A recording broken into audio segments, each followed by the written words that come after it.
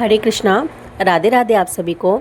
आज हम बात करने वाले हैं कि अगर जो घर की महिला है, अगर वो कुछ ऐसे उपाय करे तो हमारे घर से जो भी कष्ट तकलीफ़ है, जो कि हम सब कुछ कर रहे हैं लेकिन फिर भी हमारे जीवन में आए जा रही हैं, तो हमको क्या करना है कि कुछ ऐसी बातों का ध्यान रखना है जो कि हमारे जीवन में सुख संपत्ति लेकर आए।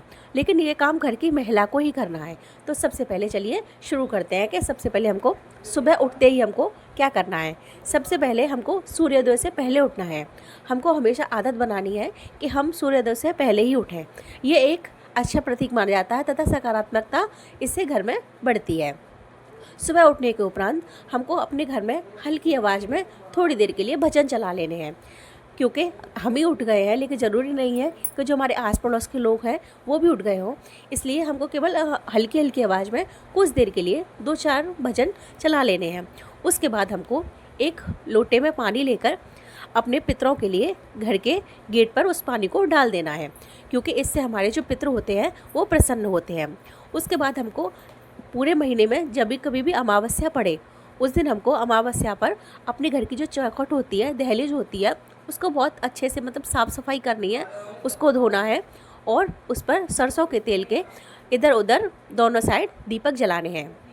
हो सके तो आप एक छोटी सी रंगोली बना सकते हैं।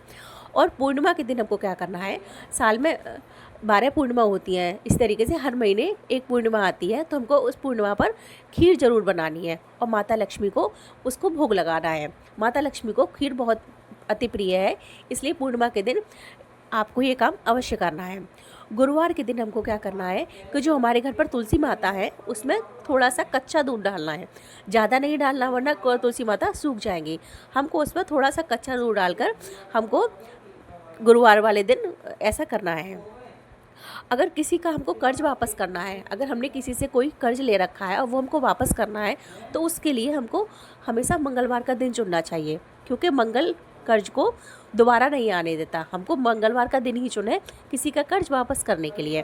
अगर हम किसी को कर्ज दे रहे हैं या कर्ज हमको लेना है, तो हमको बुधवार का दिन कभी भी नहीं चुनना चाहिए, क्योंकि जो बुधवार का दिन होता है वो माता लक्ष्मी के आगमन का दिन होता है। इसलिए हमको इन दोनों बातों का भी विशेष ध्यान रखना है।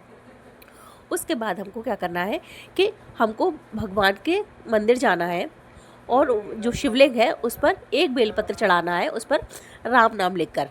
चाहे तो हम चंदन से राम नाम लिख सकते हैं या फिर घी से लिख सकते हैं, जैसा भी आपके पास व्यवस्था हो ऐसा आप हमेशा शिवलिंग पर बेलपत्र अवश्य चढ़ाएं। ऐसा करने से जो हमारे कष्ट और तकलीफ़ है वो हमारे भोले बाबा हैं वो इन सबको दूर करेंगे। और हमको इसके साथ साथ नाम जप करते रहना है। हमको कुछ नियम लेने हैं कि हमको आज 1 माला करनी है, 2 माला करनी है, 3 माला करनी है, अपने समय के अनुसार। और ये सारे कार्य जो है वो देखिए, महीने में कुछ कार्य तो ऐसे हैं जो महीने में केवल हमको एक ही बार करने हैं, जैसे अमावस्या का ये काम है या पूर्णिमा का काम है, ये तो महीने में हमको एक ही बार करने हैं, लेकिन हमको ये सब काम नियम से करने हैं। देखिए, कुछ नियम से अगर हम काम करेंगे तो हमारे जीवन में धीरे धीरे सकारात्मकता आ जाएगी। और अगर घर की महिला इस तरीके से काम करे तो देखिए धीरे धीरे ऐसा लगेगा आपको, शुरुआत में हो सके ना लगे, लेकिन धीरे धीरे सारी चीज़ें एकदम बहुत अच्छे से हो जाएंगी और आपको बहुत अच्छे इसके प्रभाव भी देखने को मिलेंगे। इसी तरीके की मेरी वीडियोज़ की जानकारी के लिए मेरे चैनल को लाइक और सब्सक्राइब करिए। राधे राधे आप सभी को।